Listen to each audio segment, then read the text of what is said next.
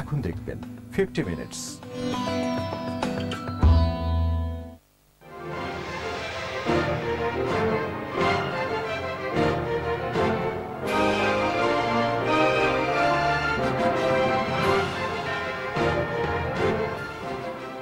দর্শক, মাই টিভির নিয়মিত আয়োজন নীতি নির্ধারণী টকশো 50 মিনিটস দেখার আমন্ত্রণ। আজ আমাদের অতিথি অধ্যাপক ডক্টর আবু সাঈদ, সাবেক তথ্য প্রতিমন্ত্রী ও সংবিধান প্রণয়ন কমিটির সদস্য, এবং রয়েছেন কবি আসাদ চৌধুরী। এখানে আসবার জন্য আপনাদের দুজনকেই স্বাগত।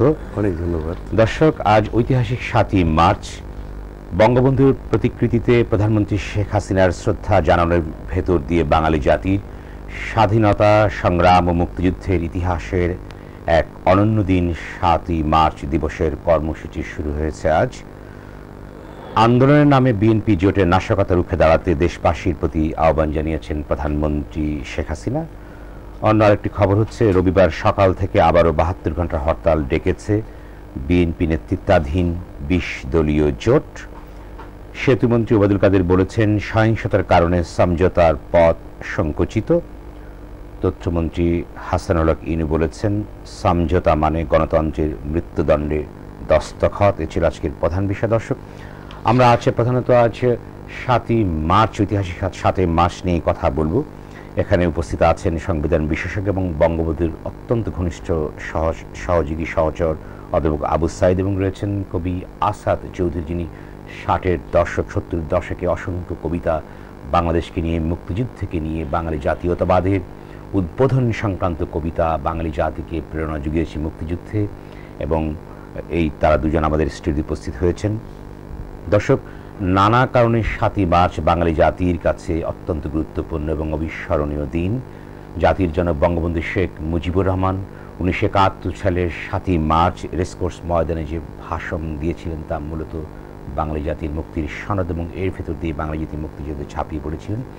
এবং এর বিশিষ্টতা হচ্ছে তার আন্দোলনের যে একদিকে তিনি সাম্রাজ্যবাদী শক্তির বিরুদ্ধে লড়াই করেছেন, অন্যদিকে বাঙালি জাতীয়তাবাদের আত্মবিস্তৃত যে চেতনা তা উদ্বোধন করেছেন। আর একটি দিক হচ্ছে যে দানবীয় সাম্প্রদায়িক শক্তির বিরুদ্ধে তাকে লড়তে হয়েছে, যেটি পৃথিবীতে আর কোনো নজির নেই। যদিও 60-এর দশক 40-এর দশকে আফ্রিকার জাতীয়তাবাদী নেতা কোয়ামে নক্রুমা, ফ্রান্সিস ফানোতম এবং আমিলকার কাব্রালের চাইতেও বঙ্গবন্ধুর যে উচ্চতা তা ছিল অনেক অনেক উপরে, এবং সারা জীবনই তার আদর্শ সারা বিশ্বের নিপীড়িত নির্যাতিত জাতিসমূহের মুক্তির সনদ হিসেবে গ্রহণযোগ্য অনুসরণ করা হবে। এ নিয়ে আলোচনা করার জন্য উপস্থিত আছেন অধ্যাপক ডক্টর আবু সাঈদ। আপনি তো বঙ্গবন্ধু অত্যন্ত ঘনিষ্ঠ ছিলেন, স্নেহভাজন ছিলেন, এবং সংবিধান প্রণয়ন কমিটির সদস্য ছিলেন, মুক্তিযুদ্ধের সংগঠক ছিলেন, এবং 1971 সালের 7ই মার্চ, যেটি বঙ্গবন্ধু শেখ মুজিবুর রহমান রেসকোর্সের উত্তাল জনসমুদ্রে যে ভাষণ দিয়েছিলেন, আজকের প্রেক্ষাপটে তাৎপর্যটি যদি বিশ্লেষণ করেন।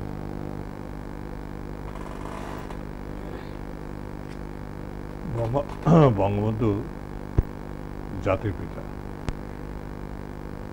7ই মার্চের ভাষণের আগেই কিন্তু তিনি জাতির পিতা, আমি সে কথা পরে আসছি। তিনি 7ই মার্চ যে ভাষণ দিয়েছিলেন, সেই ভাষণটি নানা দিক থেকে, নানা মাত্রিকতায় অনন্য, সাধারণ, তাৎপর্যপূর্ণ এবং চির অমূল্য থাকবে।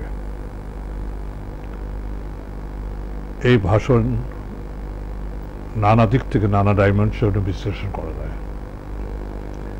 এই ভাষণের ভিতরে রাজনীতি আছে, অর্থনৈতিক বৈষম্য বিষয় আছে, গণতন্ত্রহীনতা আছে, এবং মানুষের, উনি নিজেই বলেছেন, আমি রাজনৈতিক, সামাজিক, সাংস্কৃতিক অধিকার চাই, ভাষণের ভিতরে আছে। এসব নিয়ে সেদিন রেসকোর্স ময়দানে লক্ষ জনতা উপস্থিত হয়েছিল। কৃষকরা এসেছিল দল বেঁধে, কাস্তে হাতে, শ্রমিকরা এসেছিল মিছিল করে উদ্যম শাবল হাতে, সাধারণ মানুষ তারা এসেছিল স্বাধীনতার স্পৃহা আকাঙ্ক্ষা নিয়ে, তরুণরা এসেছিল প্রতিরোধের মনোভাব নিয়ে। এই লক্ষ্য জনতার মাঝে ওই দিন 5-6টি গুরুত্বপূর্ণ ঘটনা ঘটে ভাষণ দেওয়ার পূর্বে। এই কথাগুলো যদি আমরা মনে না রাখি, তাহলে সেই ভাষণের তাৎপর্য এবং সাহসিকতা এবং তার অনমনীয়তা এবং তিনি যে স্বাধীনতা চেয়েছিলেন দৃঢ়ভাবে, সেগুলো আমরা উপলব্ধি করতে পারবো না। আমি খুব সংক্ষিপ্তভাবে 1, 2, 3, 4, 5, 6 বলে যাব। প্রথমে ছিল ওই দিন রটে গিয়েছিল, ব্যাকগ্রাউন্ডটা ছিল এই যে আমরা তখন জাতীয় পরিষদ সদস্য, 1 তারিখে অধিবেশন বসবে, 3রা মার্চ অধিবেশন বসবে। 1 তারিখে হঠাৎ করে একটা অচেনা কণ্ঠে ঘোষণা করা হলো অধিবেশন স্থগিত। আমরা তখন পূর্বানীর হোটেলে, সংবিধান তৈরি হচ্ছিল, রূপরেখা দেওয়া হয়েছিল একটা। তখন 24শে ফেব্রুয়ারি বঙ্গবন্ধুকে জানানো হয়েছিল অধিবেশন স্থগিত হবে। বঙ্গবন্ধু অত্যন্ত কৌশলী ছিলেন। তিনি এই কথাটা আওয়ামী প্রতিটি ওয়ার্ডে ছাত্রনেতাদের এবং যারা নেতৃত্ব দিতেন তাদের কাছে বলেছিলেন। অর্থাৎ সমগ্র ঢাকাবাসীকে, মানুষকে তৈরি করেছিলেন ওই দিনের জন্য, যে স্থগিত হলেই যার যার আছে তাই নিয়ে উত্তাল হয়ে ঢাকা শহর রাজপথ প্রকম্পিত করতে হবে, দখল করতে হবে। তখন কিন্তু সামরিক শাসন চলছিল। যখন স্থগিত হলো, সাথে সাথে দেখা গেল, এখানে না বললেই নয়, সেটা হলো ঢাকা স্টেডিয়ামে শেখ কামাল এবং সালাউদ্দিন ছিলেন, ক্রিকেট খেলা চলছিল। সেই সামিয়ানা সিরে আগুন জ্বালিয়ে ওখান থেকে মিছিল বের করে পূর্বানী হোটেলে চলে গেলেন।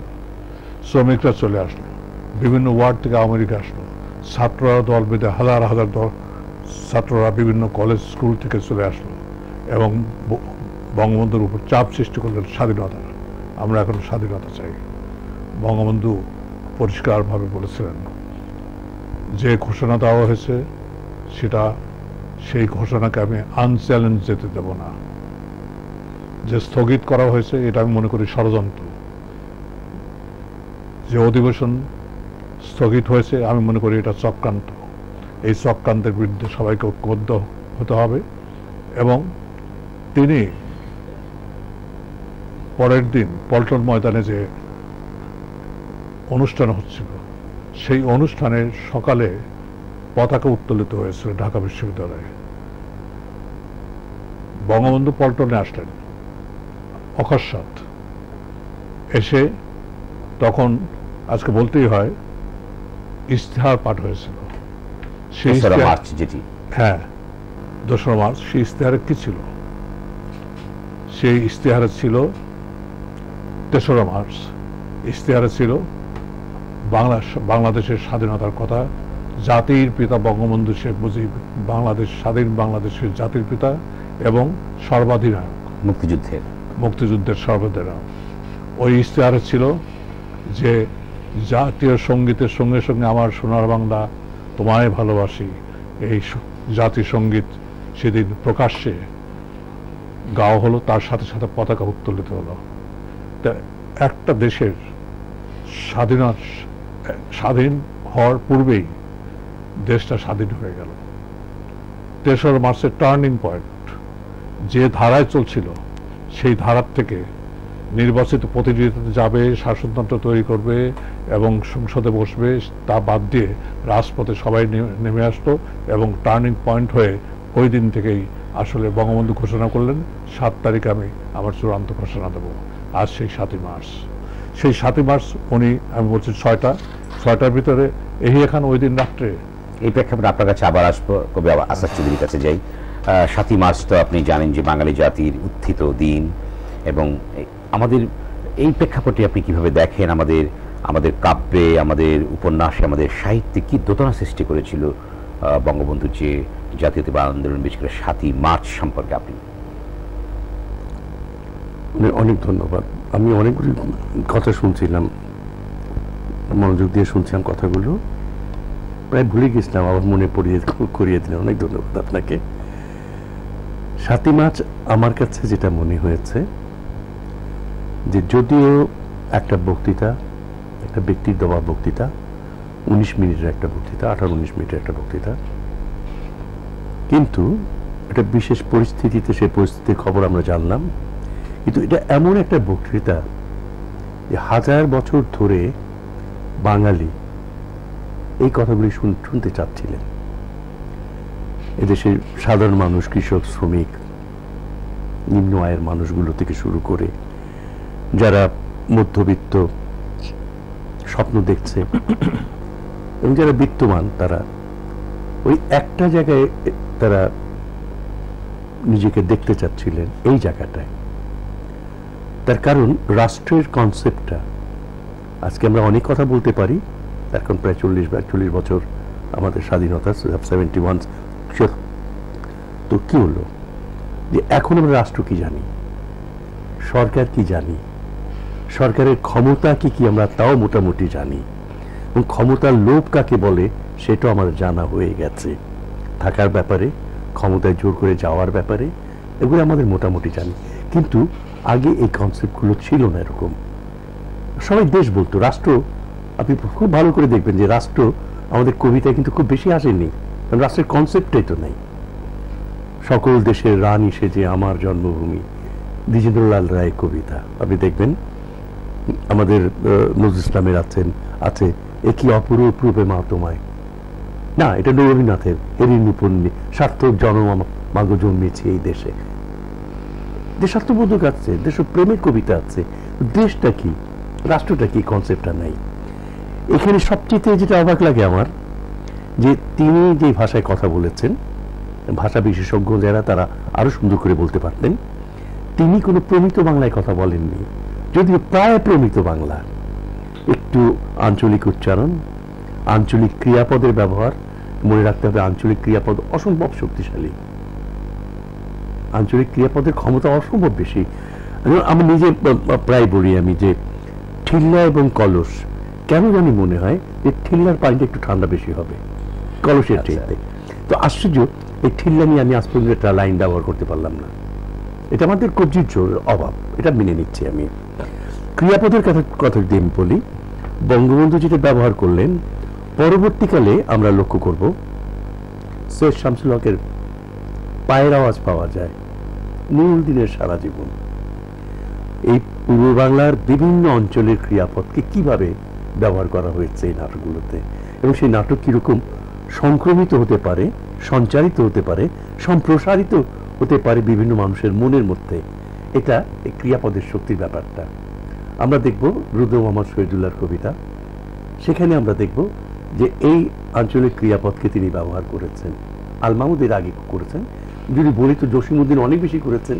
কিন্তু না, যেই শক্তিটার কথা আমি বলতে চাচ্ছি, বঙ্গবন্ধুর এই ভাষণ, আমরা পরবর্তীকালে, আরো পরবর্তীকালে, সমসাময়িক কালে বেড়ে ওঠা আমাদের আরেকজন, আমি অনেকেই নাট্যাচার্য বলেন, আমিও তাই বলবো, আমাদের বন্ধু সেলিম আল দীন এই নাটকে, তার নাটকগুলোতে এই ক্রিয়াপদের ব্যবহার করেছেন এবং একটা বিপুল সম্ভাবনা ছিল। এর আগে আমরা দেখব যে বিশেষ্য থেকে ক্রিয়াপদ ব্যবহার করার প্রবণতা, এটা মাইকেল মধুসূদন দত্ত শুরু করেছিলেন, সুধীন্দ্রনাথ দত্ত শুরু করেছিলেন, তারপর কিন্তু বন্ধ হয়ে গেছে। এবং যারা ক্রিয়াপদের এই বিভিন্ন দিকগুলো লক্ষ্য রাখেন, তারা নিশ্চয়ই লক্ষ্য করেছেন যে গোপালগঞ্জের আঞ্চলিক উচ্চারণের সঙ্গে এই ক্রিয়াপদ সেদিন মানুষকে যতটা আস্থায় আনতে পেরেছিল, আমি শব্দটা খুব সচেতনভাবে ব্যবহার করছি, বিশ্বাস স্থাপন করতে পেরেছিল, ওই আঙ্গুলটাকে একমাত্র বাতিঘর হিসেবে ধরতে পেরেছিল। কেন পেরেছিল? দাবায় রাখতে পারবা না, এবং পারবা না বলার সময় লক্ষ্য করবেন ঠোঁটটা একটুখানি আটকে যাচ্ছে, পারবা না এরকম। তারপরে ভাতে মারবো না, মানে জোরটা কোথায় দিচ্ছে, পানিতে মারবো। এগুলি লক্ষ্য করার মতো বিষয় ছিল। কিন্তু মজার ব্যাপার যেটা, বাঙালির 1000 বছরের ইতিহাসের বঞ্চনার কথাটা এসে গেছে। পাকিস্তানি আমলে মুসলিম লীগ এবং অন্যান্যদেরকে, এদেশের মানুষকে যে বঞ্চিত করেছে, শোষণ করেছে, সেই কথাগুলো এসেছে। এর মধ্যে কি কি পদক্ষেপ নেওয়া হবে সেই কর্মসূচি দেওয়া হয়েছে। এবং এখানে শেষ না, সবচেয়ে যেটা আমার কাছে ভালো লাগে, স্বপ্ন, অসাধারণ ক্ষমতা। একটা মহাকবি যে স্বপ্নটা দেখান একটা জাতিকে, সেই শব্দ তিনি দেখালেন, কি বাংলার মানুষ মুক্তি চায়, বাংলার মানুষ অধিকার চায়। আর একটা বাক্যে বলছেন তিনি, আমি প্রধানমন্ত্রিত্ব চাই না, আমি বাংলার মানুষের অধিকার প্রতিষ্ঠা করতে চাই। এই অধিকার শব্দটা একেবারেই রাজনৈতিক শব্দ, আমরা যেভাবেই বিশ্লেষণ করি না কেন।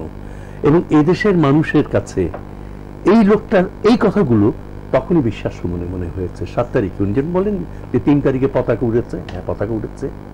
পতাকা এর আগেও আমরা দেখবো যে গান্ধীজির আমলে বন্দে মাতরম করে পতাকা ওড়াচ্ছে, হ্যাঁ ওটাতে স্বাধীনতা বোঝায় না। কিন্তু মার্চের এই উত্তাল মুহূর্তে গোটা 7 কোটি মানুষ এক জায়গায় এসে দাঁড়ালো, এটা তার অসাধারণ ক্যারিসমেটিক মানে রাজনৈতিক কোয়ালিটির জন্য না, শুধুমাত্র তার ব্যক্তি জীবনের যে অত্যাচার অবিচার, সে আগরতলা ষড়যন্ত্র মামলা বলবো না আমরা, সে 47 থেকে 49-এর মধ্যে 2 বছরে 3 বার জেল খেটেছেন বঙ্গবন্ধু।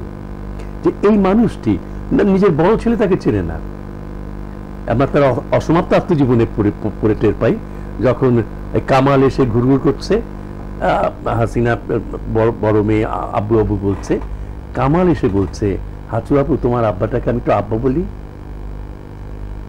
আজকে এই কথাগুলো সাধারণ মানুষ বিশ্বাসই করবে না। রাজনীতিবাদ মানে কি, ক্ষমতায় যাবে, গাড়ি চলবে, মারপিট করবে, এটা করবে। রাজনীতিবিদদের সম্পর্কে আজকে যে ধারণা, এই ধারণার সঙ্গে বঙ্গবন্ধু মেলাতে গেলে বিপদ আছে। বরং আমি বলবো ওই নেহেরু, ওই যে ধারাগুলি, চিত্তরঞ্জন দাস, শেরে বাংলাকে ফজলুল হক, মৌলানা আব্দুল হামিদ খান ভাসানী, এই যে ত্যাগব্রতের রাজনীতি, তাদের সঙ্গে যদি মিলিয়ে দেখা যায়, তো 7ই মার্চের ভাষণ আমি বলবো একটা মহাকাব্যিক একটা উপস্থাপনা। এবং নির্মল দ্বিগুণের একটা কবিতা আছে না, বিখ্যাত কবিতা, স্বাধীনতা শব্দটি কিভাবে আমাদের হলো। তিনি যখন বলছেন যে এই রেসকোর্স তখন ছিল না, এটা ছিল না, এটা ছিল না, করতে করতে করতে এই শিশু কি পার্ক তখন ছিল না, বলে বলছেন তখন মহাকবি সে দাঁড়ালেন। তখন কি হয়েছে, তখন সে কি মাত্রাবৃত্তে কি অসাধারণ কাজ নির্মল দ্বিগুণের করে করে করে বলছেন। তার শেষে বক্তৃতার শেষ অংশ, এবারে সংগ্রাম ইত্যাদি, এবং লাস্টে এসে বলছে স্বাধীনতা শব্দটি আমাদের হলো 26শে মার্চে না, 16ই ডিসেম্বরে না, 7ই মার্চে স্বাধীনতা শব্দটি আমাদের হলো। যে কথাটা অধ্যাপক সাইদ খুব সুন্দর, মানে বাঙালি নিজস্ব হলো, একেবারে নিজের হলো। তারও আগে সোনার বাংলা জাতিসংগী যখন গাচ্ছে, তার অর্থটা কি, যে প্রস্তুতি সব রকমের তৈরি। এবং বঙ্গবন্ধু, এবং যেটা আমার কাছে অবিশ্বাস্য মনে হয়, বলেই ফেলি, সেটা হচ্ছে আমি আব্রাহাম লিঙ্কনের বক্তৃতার খসড়াটা দেখেছি, পরিষ্কার হাতের লেখা, অনেক দামি কাগজে ছাপা হয়, বিক্রি হয় ভালো দামে, একটা কাটা ছাড়া নেই। ওই বক্তৃতা দেখে দেখে উনি পড়েছেন। Martin Luther king junior, I have a dream, যে অসাধারণ একটা বক্তৃতা, অবিশ্বাস্য বক্তৃতা, কিন্তু সেটারও ড্রাফট আছে। হ্যাঁ, বঙ্গবন্ধুর কোনো ড্রাফট ছিল না। এবং আমি যতটা শুনেছি, আমি জানি না, এটা সাইদ সাহেবেরা অনেক বেশি ঘনিষ্ঠ ছিলেন, কাছাকাছি ছিলেন, এটা বলতে পারবেন। উনি যখন যান বক্তৃতা দিতে, তখন তার জ্বর 3 ডিগ্রি জ্বর নিয়ে গেছেন। তার স্ত্রী কাছে যখন গেছেন, একটু তার চেহারা দেখে তার স্ত্রী বুঝতে পারছেন যে টেনশনে মানুষটা ভুগছে। তখন উনি বললেন যে তোমার পকেটে কি কি আছে দরকার নাই, পণ্ডিতরা কি কি দিল, ছাত্ররা কি কি দিল, কোনো দরকার নাই, তোমার মনে যাচ্ছে তাই খাও। এবং আমরা দেখলাম লোকটা যেন আড্ডা মারছে, কখনো মেজাজ খোশ মেজাজে, কখনো তীর্যক, কখনো রেগে গেছে। একবার মনে হয় না যে আমি তো বললাম, তিনি শুনলেন ভুট্টো সাহেবের কথা, মনে হয় না যে এই লক্ষ লক্ষ লোকের সঙ্গে আড্ডা মারছেন মানুষটা, হ্যাঁ তিনি শুনলেন ভুট্টো সাহেবের কথা। আবার আরেক সময় এসে গর্জে উঠছেন। এই যে অঙ্ক, কথা বলার ঢং, কোথায় মানুষকে উত্তেজিত করছে, কোথায় সান্ত্বনা দিচ্ছে, কোথায় আশ্বাস দিচ্ছে, কি প্রফেটিক কথা। আমি যদি হুকুম দেবার নাও পারি, আবার যায় এটা। 9 মাস যুদ্ধ হয়নি, 9 মাস আমরা যুদ্ধ করিনি, তখন হুকুম দেবার কেউ ছিলেন না। তো আমি এটাই বলতে চাচ্ছি, আমি একটু হয়তো বেশি বলে ফেললাম, আমি আরো মূল্যবান কথা শুনতে চাচ্ছিলাম। তো এই যে ব্যাপারটা, এটা আমাদেরকে, আমি বলবো যে এটা একটা মহাকাব্যিক একটা প্রয়াস ছিল। আমরা একটু বিরতিতে যাব দর্শক, আমরা একটু বিরতিতে যাব, বিরতির পর আবারও এই আলোচনার সঙ্গেই থাকুন।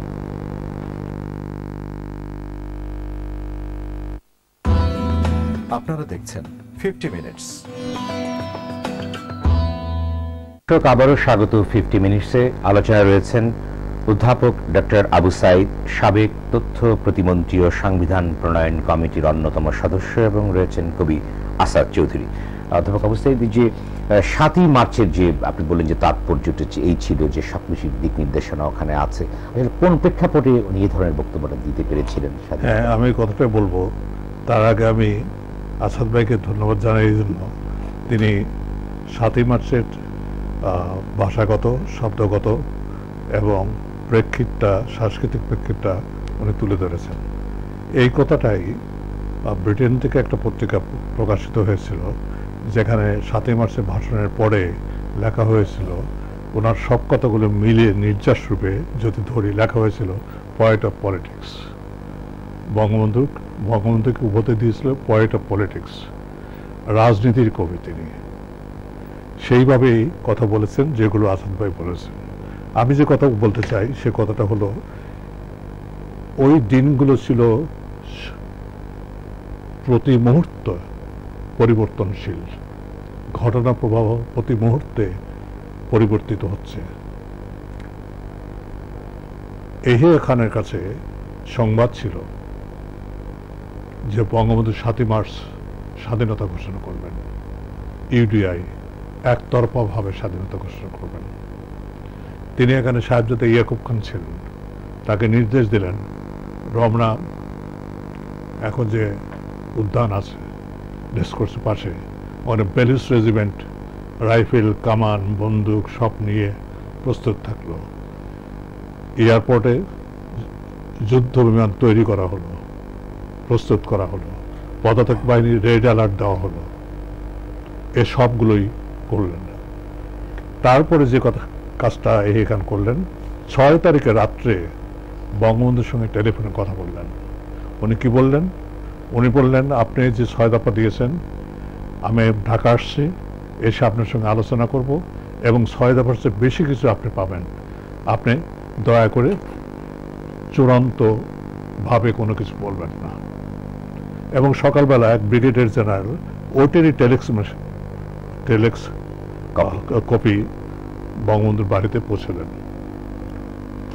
2 নম্বর ঘটনা ওই দিন ঘটল, সেটা হলো 25শে মার্চ নতুন করে 6 তারিখে আবার অধিবেশন আহ্বান করা হলো 25শে মার্চকে নির্দিষ্ট করে। আবার ওই দিনে যে ঘটনা ঘটল যে বাংলাদেশের মানুষকে 22শে ফেব্রুয়ারি কোনো ক্রমেই ক্ষমতা দেওয়া যাবে না, সামরিক চক্র, এই সিদ্ধান্ত নিয়েই গভর্নর আহসানকে পরিবর্তন করলেন এবং বেলুচিস্তানের কসাই নামে খ্যাত টিক্কা খানকে গভর্নর নিযুক্ত করলেন। একাধারে গভর্নর, একাধিকে প্রধান সামরিক আইন, পূর্বাঞ্চলের সামরিক আইন প্রশাসক, তার সাথে সাথে উনি এই অঞ্চলের কমান্ডার টিক্কা খান। 6 তারিখে আরো ঘটল, কিসিঞ্জার বললেন শেখ মুজিবকে যেমন করে হোক স্বাধীনতার ঘোষণা থেকে বিরত রাখতে হবে। ফার্স্ট 7 তারিখে সকালবেলা বঙ্গবন্ধুর সঙ্গে দেখা করলেন তার বাসায়। দেখা করে বললেন, হ্যাঁ, পাকিস্তানের যুক্তরাষ্ট্রের থেকে পাকিস্তানের অ্যাম্বাসেডর ফারল্যান্ড, জোসেফ ফারল্যান্ড, উনি এসে বঙ্গবন্ধুকে বললেন যে আপনি যদি একতরফা স্বাধীনতা ঘোষণা দেন, আমরা আপনাকে সমর্থন করব না। এটা বলা হলো। ওদিকে কিসিঞ্জার গোপন নথিতে দেখা যাচ্ছে তার সিআইএ প্রধান হেলমস বলছে শেখ মুজিব, ওনারা বঙ্গবন্ধু বলেননি, শেখ মুজিব স্বাধীনতা ঘোষণা করবে। কিসিঞ্জার বলছেন শেখ মুজিব অত্যন্ত কৌশলী, এমনভাবে বলবেন যে স্বাধীনতা ঘোষণা হয়ে যাবে, আবার স্বাধীনতা ঘোষণা হয় নাই এটাও হবে, একটা ধোঁয়াশার ভিতরে থাকবে, কিন্তু প্রকৃত অর্থে তার লক্ষ্য থেকে উনি বিচ্যুত হবে না, বাংলাদেশকে স্বাধীন করেই ছাড়বেন।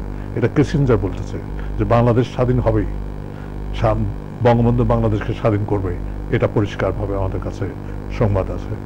আর একটা কি হলো, আর একটা হলো ছাত্র সংগ্রাম পরিষদ নিউক্লিয়াস, তারা গিয়ে বললেন, আজকে বলতেই হয়, সিরাজুল আলম খান, রাজ্জাক ভাই, শেখ ফজলুল হক মনি, তারপরে হলো তার সাথে সাথে আরিফ আহমেদ, তার সাথে সাথে এই ছাত্র নেতারা আসামা রব, তারপরে হলো মাখন, নুর আলম সিদ্দিকী, সাধারণ সিরাজ, এরা পৃথক পৃথকভাবে গিয়ে বঙ্গবন্ধুকে প্রচন্ড চাপ সৃষ্টি করলেন যে যেমন করে হোক স্বাধীনতা ঘোষণা করতে হবে, স্বাধীনতার লেস দ্যান ইন্ডিপেন্ডেন্ট, স্বাধীনতার কমতি কোনো কিছুই আমরা চাই না, আজকে স্বাধীনতা আপনাকে ঘোষণা করতেই হবে। এর পাশাপাশি বঙ্গবন্ধু জানতেন যে রমনায় কামান নেওয়া আছে। সাহেবজাদা ইয়াকুব খান টেলিফোন করে বললেন, আপনি যদি স্বাধীনতা ঘোষণা করেন আজকে, তাহলে শাসন করার জন্য কেউ থাকবে না এবং শাসিত হওয়ার জন্য থাকবে না। আমার বাহিনী কামান নিয়ে প্রস্তুত, ট্যাঙ্ক নিয়ে আপনার সামনেই আছে, এগুলো প্রস্তুত, বিমান প্রস্তুত, সব কিছুই আছে। এবং ওই দিনই টিক্কা খান যখন আসছিলেন, এটা সিদ্দিক সালেক বইতে দেখা যায়, তখন ওই জনসভা দেখতে দেখতে উনি এসেছিলেন, দেখতে দেখতে এসছেন, সন্ধ্যায় নেমেছিলেন 7ই মার্চের। এই এতগুলো ঘটনার ভিতরে একটা মানুষ দৃঢ় সংকল্প না হলে সারা জীবনের তপস্যা এবং আরাধনা, মানুষের প্রতি অকৃত্রিম ভালোবাসা এবং মানুষের মুক্তির লক্ষ্যে সারা জীবনের যে সংগ্রাম, সেই স্বাধিকার থেকে স্বায়ত্তশাসন থেকে স্বাধীনতার পথে উত্তীর্ণ হওয়ার জন্য বঙ্গবন্ধুর যে সারা জীবনের তপস্যের জপমালা ছিল, তাই হাতে তিনি দৃঢ়কণ্ঠে ঘোষণা করেছিলেন 7ই মার্চ। 7ই মার্চের প্রতিটি শব্দ পরিবর্তন করা যাবে না, 7ই মার্চের প্রতিটি শব্দ ছন্দবদ্ধ, 7ই মার্চের প্রতিটি স্তবক এক একটা ইতিহাস বইয়ের মতো মহাকাব্য। 7ই মার্চের ভিতরে চারটে বিষয় আছে পরিষ্কার। প্রথমে তিনি কি বলেছেন, বাঙালির শোষণের কথা, 23 বছর ধরে শোষণ চলেছে, কি করে গুলি করা হয়েছে বলা হয়েছে। তারপরে বলেছেন প্রেজেন্ট কনটেক্সটের কথা, যে বঙ্গবন্ধু বলেছিলেন আমি সংসদীয় পার্টির নেতা, আমরা তখন এমএনএ, আমি বলেছি 14 তারিখে 15 তারিখের ভিতরে অ্যাসেম্বলি কল করো, উনি শোনেন নাই। লারকানায় ভুট্টোর বাড়িতে গিয়ে সমস্ত সামরিক গোয়েন্দা এবং সেনাপতি এবং উপসেনাপ্রধান প্রধান সেনাপতি জেনারেল হামিদ খান, তারা বসে বললেন বাঙালিকে ক্ষমতা দেওয়া যাবে না। তার জন্য ষড়যন্ত্র শুরু করলেন ভুট্টোকে। ভুট্টো চলে আসলেন 27 তারিখে বাংলাদেশে, এসে বঙ্গবন্ধুর সঙ্গে আলাপ করেন। কি আলাপ করলেন? বলে আমাকে প্রেসিডেন্ট বানাতে হবে অথবা পররাষ্ট্র মন্ত্রী দিতে হবে। বঙ্গবন্ধু বললে একটাও তোমাকে আমি দেবো না, স্ট্রেট বলে দিলেন একটাও দেবো না। এখানে এসে 13 তারিখে জানুয়ারি এসছেন, এসে ওনাকে বললেন যে ভুট্টোকে কি আপনি কোনো পদ কোনো মন্ত্রণালয় দেবেন? বঙ্গবন্ধু বললেন সেটা আমার বিষয়। উনি বলছেন পশ্চিম পাকিস্তানে আরো 35 জন সংসদ সদস্য আছে, ভুট্টো প্রায় অর্ধেক, সব মিলে 39 জন বিরোধী দল, ভুট্টোর বাইরে যারা আছে 81 জনের ভিতরে। সেজন্য বঙ্গবন্ধু পরিষ্কার খানকে বলেছিলেন, ভুট্টোর কথা না বলে, যে আমার তো আরো 39 জন আছে, তাদের সঙ্গে কথা বলতে হবে। এইভাবে কৌশলীভাবে বঙ্গবন্ধু অগ্রসর হয়েছেন। এবং 7ই মার্চে এসে বঙ্গবন্ধু একদিকে ট্যাঙ্ক রাইফেল, অন্যদিকে লক্ষ জনতা, যারা আজ বলে বঙ্গবন্ধু জয় পাকিস্তান বলেছেন, তারা মিথ্যা কথা বলেন। আমি তো মঞ্চ থেকে মাত্র 50 গজ দূরেও নাই, আমাদের জন্য আলাদা ম্যানেজার ছিল, আমরা সামনে বসছিলাম, বাসের যে ব্যারিকেড ছিল তার ভিতরে। সেখানে আমরা তো শুনতে পারি নাই। তাহলে সেই ক্যান্টনমেন্টে বসে যারা শুনেছেন এবং লিখেছেন, তারা কি ইতিহাস বিকৃতির জন্য দায়ী হবেন না? জাতির কাছে দায়ী হবেন না? তাদের হতে হবে। তাদের বীরত্তম তো ঠিক নাই, সে আজকের বিষয় না, দিকে বলবো না। সে যাই হোক, আমি যে কথা বলতে চাই যে বঙ্গবন্ধু জয় বাংলা, তারপরে খুদা হাফেজ বলে শেষ করতে 4টে জিনিস আছে আপনি বললেন যে 4টে। হ্যাঁ, তারপরে আছে তারপরেই আছে যে কথা, গোল টেবিল বৈঠকে যাওয়ার কথা, রক্তের উপর পাড়া দিয়ে আমি যেতে পারি না। তারপরে যে কথাটা আছে, 4টে দাবি মানতে হবে আমার প্রথম। এই 4টে দাবির মানার সাধ্য এখানে বাপেরও ছিল না। কি? ক্ষমতা হস্তান্তর করতে হবে, সামরিক আইন প্রত্যাহার করতে হবে, তাহলে তো উনি প্রেসিডেন্ট থাকেন না। সামরিক আইন প্রত্যাহার করতে হবে প্রথম দফা, সেনাবাহিনী বেড়াকে ফেরত নিতে হবে, নির্বাচিত প্রতিনিধিদের হাতে ক্ষমতা হস্তান্তর করতে হবে, আর যেভাবে মানুষকে হত্যা করা হয়েছে 130 জন আর 500 জন আহত, সেই তাদের বিচার বিভাগে তদন্ত করতে হবে। একটা এখানে করার পক্ষে সম্ভব না। উনি স্বাধীনতা ঘোষণা করেন নাই, কিন্তু এমন কথা বলেছেন যে স্বাধীনতা দিতে বাধ্য হবে এই কারণে বঙ্গবন্ধু বলেছিলেন আন্তর্জাতিক জাতিসংঘের চার্টারে আছে আক্রান্ত ব্যক্তিকে তারা সাহায্য করে, আক্রমণকারীকে সাহায্য করে না। আত্মনিয়ন্ত্রণ অধিকারের যে চার্টার আছে সেখানে জাতিসত্তা নির্মাণের ক্ষেত্রে একটা রাষ্ট্র কাঠামোর ভিতর থেকে অন্য একটা নতুন রাষ্ট্র নির্মাণ করতে গেলে সেখানে আত্মনিয়ন্ত্রণ অধিকারের যে চার্টার আছে সেটাকেই প্রয়োগ করতে হয়। বঙ্গবন্ধু সেটাই প্রয়োগ করেছিলেন। অনেকে বলে বঙ্গবন্ধু স্বাধীনতা ঘোষণা করেনি, কেউ বলে স্বাধীনতা ঘোষণা করেনি। আমি তো দেখছি মার্ক টালিকে উনি বলেছিলেন আমি স্বাধীনতা ঘোষণা করব, অফ দি রেকর্ড বলছিলেন, কিন্তু এমনভাবে ঘোষণা করব যাতে আমার লোক মানুষকে মারার সুযোগ না পায়। এবং তার সাথে সাথে 4 নম্বর যে কথা বলেছিলেন যে আমি যদি না থাকি তোমরা কি করবে। জেনারেল অরোরার সাথে আমার দেখা হয়েছিল এপ্রিল মাসের 3য় সপ্তাহে বালুরঘাটে। ওনাকে জিজ্ঞেস করছিলাম আমাদের যে যুদ্ধ হবে যুদ্ধটা কেমন করে হবে। উনি বলেছেন কারণ আপনার নেতাই তো বলেছেন গেরিলা যুদ্ধ হবে প্রথমে। সেই গেরিলা যুদ্ধের টোটাল রূপরেখা বঙ্গবন্ধু সেদিন বলেছিলেন কি, ঘরে ঘরে দুর্গ গড়ে তোলো, তোমাদের যা আছে তাই নিয়ে শত্রুর মোকাবেলা করতে হবে। শত্রুকে পাকিস্তান বাহিনীকে, পাকিস্তানকে উনি লক্ষ্য করে বলেছিলেন। তিনি বলেছিলেন আমরা ভাতে মারবো, পানিতে মারবো, রাস্তাঘাট যা আমি যদি হুকুম দেবার নাও পারি রাস্তাঘাট যা আছে সমস্ত কিছু বন্ধ করে দেবে। এই যে কথাগুলো এগুলো সমস্ত কিছু গেরিলা যুদ্ধের কথা, সমস্ত কিছু উপস্থাপন করেছেন। এইগুলো অর্থাৎ তিনি বঙ্গবন্ধু একাধারে বাঙালি জাতি আত্মপরিচয়কে উদ্বোধন করেছেন, দৃঢ়বদ্ধ করেছেন, তাদের সাহসী মনোভাবে উজ্জীবিত করেছেন। তার সাথে সাথে তিনি স্বাধীনতার লক্ষ্যমানে এগিয়ে গেছেন সমস্ত বাঙালিকে নিয়ে। উনি জানতেন আমার শক্তি কোথায়। আজকে যারা ককটেল মেরে মনে করে যে আমাদের শক্তি ককটেল কিংবা পেট্রোল বোমার ভিতরে, তারা ভুল করে। গণ আন্দোলনের মূল কথাই হলো জনগণ থাকতে হবে সম্পৃক্ত। বঙ্গবন্ধুর শক্তি ছিল জনগণ। বঙ্গবন্ধু বলতেন যার জন্য বারবার যে I love my people too much, I love them very much, সবসময় বলতেন। মানুষকে নিয়ে যে মানুষকে ভালোবাসে, মানুষকে নিয়ে অখণ্ডভাবে ভালোবাসার ভিতরে আবদ্ধ করে তাদেরকে নিয়ে একটা মহৎ লক্ষ্য এবং আদর্শ অর্জনের জন্য অগ্রসর হয়, সেই মানুষকে ঠেকিয়ে রাখার সাধ্য কারো নাই। এই ভাষণের ভিতরে সেই কথাগুলো দৃঢ় চিত্তে অবলীলাক্রমে এবং মানে আমি বলবো আনইন্টারেপ্টেড ভাবে স্বতঃস্ফূর্ত ছন্দবদ্ধ কাব্যিক একটা ধরনের বঙ্গবন্ধু চলে আসে। সে বঙ্গবন্ধুর বডি ল্যাঙ্গুয়েজ দেখবেন শেষের দিকে উনি বলে এই কথাগুলো বলে কিন্তু মনে হচ্ছিল আমার আত্মতৃপ্তি লাভ করেছেন যে আমার কথা আমি বলে দিয়েছি, বাংলার মানুষ স্বাধীন হবেই, তাকে কেউ ঠেকা রাখতে পারবে না। এই কয়েকটা কথা বঙ্গবন্ধুর ভাষণের ভিতরে বিশ্লেষণ করলে আমার মনে হয় 4টে চ্যাপ্টারে আসে। আর একটা কথা আমি এখন বলতে পারি কিংবা ওনার বলার পরে বলতে আমরা প্রায় শেষ পর্যায়ে চলে আসছি। জনাব আসাদ চৌধুরী, কবি আসাদ চৌধুরী বলেন যে আমাদের সাহিত্যের কথা বারবার বলতে ইচ্ছা করে যে বাঙালি জাতীয়তাবাদী আন্দোলনকে ঘিরে বাংলার যে সাহিত্যে যে স্ফুরণ ঘটেছিল 60-এর দশকে 70-এর দশকে, এর যে দোতনা কোত্থেকে এসেছিল আপনি বারবার বিড়লা রেখেছেন।